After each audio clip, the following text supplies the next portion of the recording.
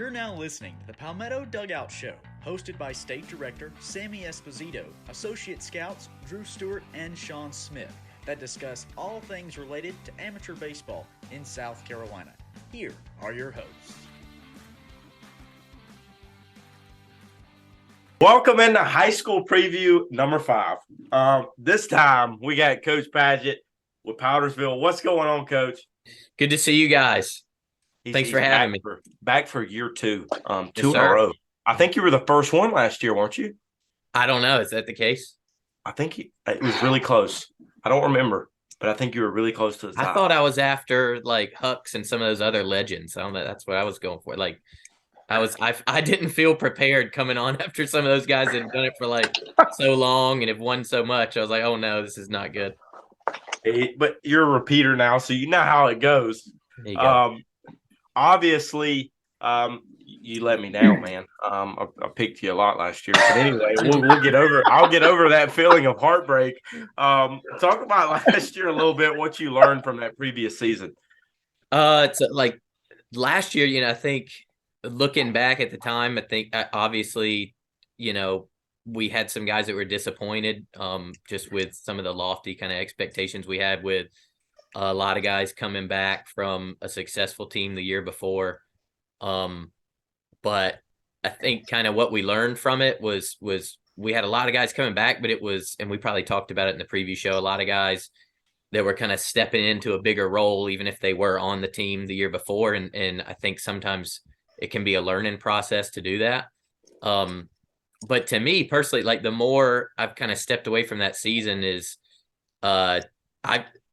even though the end result wasn't necessarily what we wanted, each season is a journey of itself. And I think I was really proud for how our guys rallied, because like we didn't start out great at all. We faced some tough arms to start out, and at one point we were 2-8, and another point 3-9, and to finish at 16-12 and be able to get in the playoffs, even though we had a little bit of a tough draw, I think is really more you take kind of what we did in the second half of the year. I think at one point we were like 13-2, we went on a 13-2 run in the second half, and really did that with some guys banged up too. So I think just looking back from last year to this year, then, is that something that will really help some of our guys grow up, because we definitely have a lot of seniors back. This will be a senior kind of laden team. Yeah, kind of leading into that. I first of all, I've heard you guys put up on your locker room hashtag can't let Drew down again. I'm going up there, but speaking of a lot of those guys back, who some returners that you're looking forward to continue to step up, to continue to make those grows, some guys that you're looking to lead your program. I mean, the crazy thing is almost everybody. I tell everybody we only lost 2 seniors. They were 2 really good ones, who are in college now and having a great fall for their teams and did a lot for us. But the guys we leaned on pitching wise, we'll have both of them back, and they're both juniors. Landon Fowler's one, I think, on this show last year. He was one that hadn't really done a whole lot, at least on the mound. And I'll take credit a little bit for that one, at least for pointing, saying I think that was a guy that we were going to have by the end of the year, a pretty good upward trajectory on. Super proud of him, expecting him to take another step forward. Just when we talked this time last year, he hadn't really pitched, and I think what you've seen from our season and then into the summer, and then what he's been able to do a little bit in the fall too, is he's just continued to grow as a pitcher, the more experience that he's got. He was kind of a chucker with a really good arm last year, and he's really worked hard on that off speed, being able to put guys away. And then another junior we had that threw a lot for us was Blaine Jordan. And it's kind of funny. They're not opposites. I won't say that, but where Landon is that big arm guy that comes at you. Blaine's a guy that's super efficient, really knows how to pitch, can attack the strike zone with not just fastball, but I've had some coaches call it the kitchen sink. And he's just really comfortable out there. I think I mentioned him last year. He was a guy 2 years ago that pitched for us in the playoffs as a freshman and came up spring break thereafter and won 6 games for us. And I think pitched in 4 elimination games. So just really gutsy when he's on the mound, and I think he got a new glove and put 110 on it, because if I take him out before he reaches his pitch count, he gets really upset about it. But you like that competitiveness. Eli, the staying on the pitching side, Eli Hudgens, he's a guy, he got a little banged up with his shoulder last year. So he didn't kind of repeat the same success he had on the mound before. Showed it in spurts. It was just kind of up and down. But he really stepped up at the plate for us. He'll definitely be a factor there for us at shortstop. And I know he wants to do those three guys. Those three guys got some competitiveness between them. I've seen them. They all three play football, but when I see them, I'm like, we only get 2 region games in a week. So there's 3 of you guys. So I don't know how that's going to shake out. Y'all got to go out there and compete for it. And then we've had a couple other guys. Maddox Robinson was a guy who stepped up really big for us last year, who was kind of unknown before that. Super proud of what he was able to do. Big offensive year. He committed to Southern Wesleyan not that long ago. Limestone not that long ago. But Southern Wesleyan, that'll take me into another guy, Coates Reed, who really was one of those guys I think talked about that had to learn, like, taking on a bigger role. He was a guy the year before, played the outfield for us, but offense, anything we got from him was gravy, and we really kind of needed him to step up, and he did so. He committed to Southern Wesleyan not that long ago. And then another guy you saw down at the beach, y'all talked about a lot last year, was Braden Williams. He committed to Mars Hill, and he can kind of do it all for us. I think we'll probably expect to see him a little bit more in the outfield this year than having to bounce around quite so much like he did. I mean, he even slid over to the left side of the infield some for us when Eli got banged up last year. Hit at the top of the order, had a great year. He's a big time athlete. I think he's a guy that, Drew, I've pumped up to you for a while. Telling me a couple of years, I'm telling you, this guy can hit, man. Somebody will take a chance on him and he'll make a team really happy. And then, even just some under the radar guys. We had a guy that's not necessarily the one that college scouts are jotting down as soon as they get there, but a guy like Connor Brancato, it's when Landon kind of got knocked out early in that Seneca playoff game you came to. He's a guy we turned to, and I think he threw 3 clean innings. And he's just a guy that can mix it up. And when you can do that in high school, you can have a lot of success. I know we got a bunch of them that I could lean out. Evan Moon, it seems like he's caught for 100 years for us behind the plate. He's an unbelievable leader. Really it's kind of one of those things as a coach, you're like, man, what's going on? But then you take a step back and you respect it from the toughness standpoint. But he ended up playing pretty much the whole year last year with a broken hamate bone in his catching wrist. And that really affected him at the plate, and he's looked great. He had surgery a couple weeks into the summer. He's looked great the latter end of the summer, and he's really hit the ball well this fall. And I'm hopeful somebody will pick him up here soon. And then, that's all that to mention is, like, he's another guy who's pitched a lot for us and pitched well too, just because he fills up the zone. I think he threw that last game down at the beach for us last year, and threw 6 innings, only gave up a couple hits, and he did that a couple times last year. So just a lot of experience coming back in at important positions. Yeah, you obviously have some of those big talent guys that you coming back. But what about, I know you've had newcomers come through the program a lot of years that have made a big impact, but what about newcomers this year that have a chance to make that big impact for your team? So, it's interesting because, like I said, when you only lose 2 guys, it doesn't seem like there's a lot of space, but that's also good for competition, because if some guys really step up from working hard, that's going to make everybody that much better. We got another senior, Colby Giles, that we tried to pitch a good bit last year. His stuff's good. He ended up dropping down a lot this summer pitching for Anderson Post 14, the Legion team, and had some success. So he's a guy that we're hoping we can get some on the mound, and if not, we know he's really good in the infield for us, and he swings at lefty. Chance Kennedy, when he's a junior infielder for us, big time athlete, kind of similar to Braden in that regard. Chance probably the fastest guy we got on the team, and we got a good bit of speed. but he's really like kind of transformed himself. He looks a lot bigger. And I think he played shortstop a lot for us when Eli was either pitching or when he got banged up. And he was a guy last year that would make a lot of those wow plays because he was so athletic. And then I just think that the speed of the varsity game and having to take that on every day, he'd have some of the routines just where you're scratching your head a little bit. But I think that's a place he can step up a lot more this year, just having that confidence under his belt. We got a handful of other juniors as well. Logan Goss is another guy. He played a good bit of first base for us last year. He's pitched pretty well for us some this fall. Landon Childress, another left-handed bat. He's a big, tall kid that can play first for us. Caden Whitmer is a sophomore.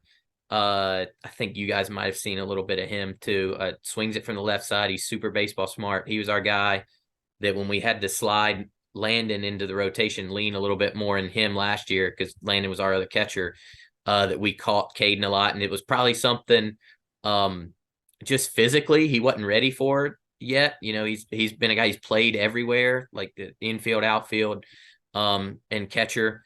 So he's just a good athlete that could be behind the plate, and he was baseball smart, so that helped. But he's definitely put some work in there, and he's a bat we could use as well. And then a freshman that we got a little bit of a glimpse of as an 8th grader last year is Eli's little brother, Steven. He's super fast. He's got some pop. His biggest thing will be what it is for all young guys. You know, if they step in there and they show you they're ready, you don't, it's not really a decision you have to make. They're going to make it for you.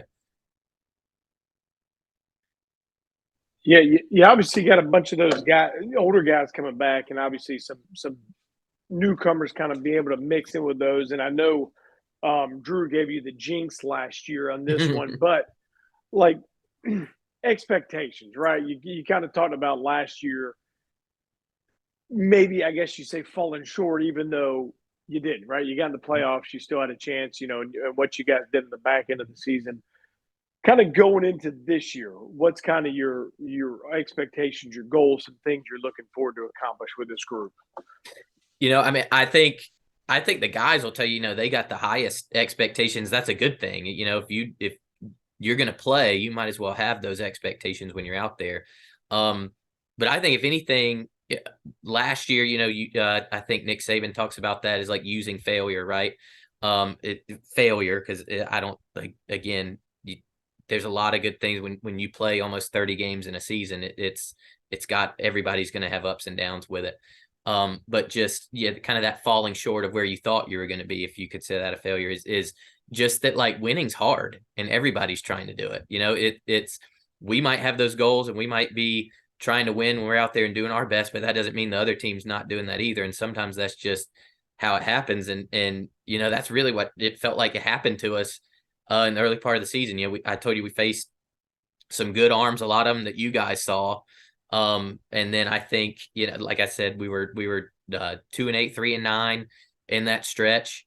And like 5 of those were 1-run games, you know, and a few of them walk-offs or extra inning games that we had the lead and gave it back and then took the lead again and ended up losing it.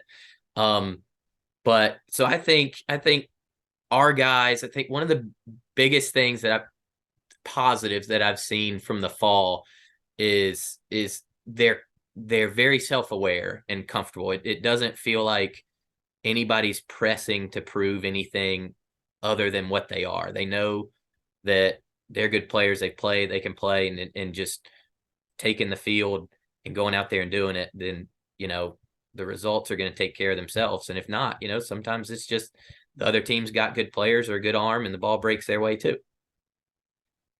I feel like that was a very like coach non-answer to your question that you were trying to give. So, you know, that's kind of what we expect. You know what I mean? Just kind of throw some coach speak out there. You know, you never. That's, you know, I feel like I was talking to Dabo and Saban right here. But I mean, and again, Tyler, on top of you know, to following that up is like, we know we're in a really competitive region, and we're glad we are. We love playing in those highly competitive games, and we're going to see a lot of good players. And we wouldn't have it any other way, but we know that it's our job we didn't win it last year, so it's our job to go hunting for it. Yeah, we know. I picked you. Hey, real quick, I do want to. If you make a pick, only one person can be right. I mean, that's the thing. Like you're going to be wrong if you pick different every time. I got to throw this out because we were talking to you, the coach of Landon Fowler on the team, and you spoke about him last year. We got to throw this out. Drew will go to his grave claiming he was the first person to ever say Landon Fowler was good at pitching. But yet, on the flip side, when Sean Smith was with us, Sean claims he was the first person to ever say Landon Fowler was good, but he only saw Landon as a hitter that summer. So it's, we got a lot of controversy amongst Coach can attest to this. He texted me, and I think I was before another person that we texted about. I think I was the first person to see him really pitch. Nobody in the world has ever seen them pitch before Drew. I'll let you guys. I'll let you guys debate that. I'm not going to come between y'all's awesome relationship you guys have on this podcast. I will tell you, when we threw him early on as a freshman in preseason tournament, we played, that's a couple years ago now. When you're playing 3 or 4 games in 4 days, whatever it is, you play that Friday, Saturday, and then turn them back around and play Monday or Tuesday. So you're using some more guys than you might like in a region week. And he came in relief. And of course, at that point, he's just chucking fastballs because that's all he really knows how to do. At that point, he's a catcher that's coming in to throw it. And the coach walked down the third baseline. He's like, "Now, who's this kid?" And I was like, usually when you get something like that from the opposing coach, it's usually a good sign. But it's kind of funny. I think he had a lot of juice for that first inning, came out and was kind of getting it by guys. In that second inning, the adrenaline drops a little bit and he settles back in. But we're definitely, proud of the progress he's made and looking forward to him hopefully continuing on that upward trajectory. He gave us a Dabo answer. Hey, I gave you a true story. That was a true story that happened his freshman year. He went around the question. Anyway, I don't think I prepped you with this question. Well, what specific games, tournaments are you most looking forward to on that schedule? I feel like we got a lot of good teams on the schedule. I mentioned our region is highly competitive. And even some young teams in our region I know are going to be really scrappy and continue to be tough outs. We are playing in the we're not coming down to you guys tournament this year. Just need to take a breather, need to take a year off. But it was a great tournament. We had a great time coming down there last year. Played a lot of good teams, had an awesome trip. We're playing in Hannah and West Side's preseason tournament this year, which is obviously always a really competitive one. BHP, I think, is going to continue the little spring break round robin they do, which will be good. That's our region kind of set up. We got Anderson County schools, Anderson 1 schools, and Greenville County schools. So we left those 2 spring breaks open, which sounded awesome in theory because that hosting games at your place during spring break is not always the most popular thing to do. But it was a little difficult to kind of find games during those dates because other teams weren't necessarily stopping region play.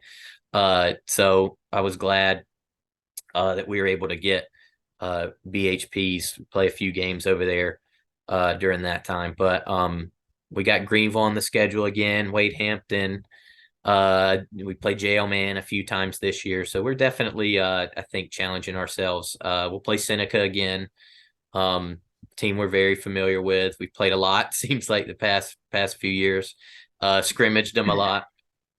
We like going to see Coach Haas over there. So, yeah, we got a lot of good teams to play. And like I said, I know our region will be tough. BHP seems like all they know how to do is win. Wren, beat us twice last year. Fountain Inn, really scrappy young team. They'll have a ton of experience back now. Palmetto, same thing. They're gonna have a lot of their arms back. I know Coach Frazier good over there. So we know it'll be highly competitive. Yeah, it's obviously we're a little upset you're not coming back down to the shipyard, but that's all right. we understand logistics sometimes don't always work out in that one, but we'll miss seeing you down there. But Coach, we definitely appreciate you hopping on and joining us. I know probably the pick'em might have been the highlight of your day versus hopping on to talk about your team, even though your team's extremely, extremely talented. And we'll save that debate for a later time of who saw Landon Fowler ever throw a baseball first. But we do want to appreciate you hopping on today and wish you guys nothing but best of luck moving forward. Thank you. Thanks for having me. Thanks for what you guys do, not just for the sport in the state, but for the kids individually too. That's awesome. Taking this platform to the podcast realm. And we look forward to seeing you guys around the ballpark. Y'all welcome anytime. Yes, I'll be there. I'll get Sammy with me, but we appreciate it, Coach. Thank you guys.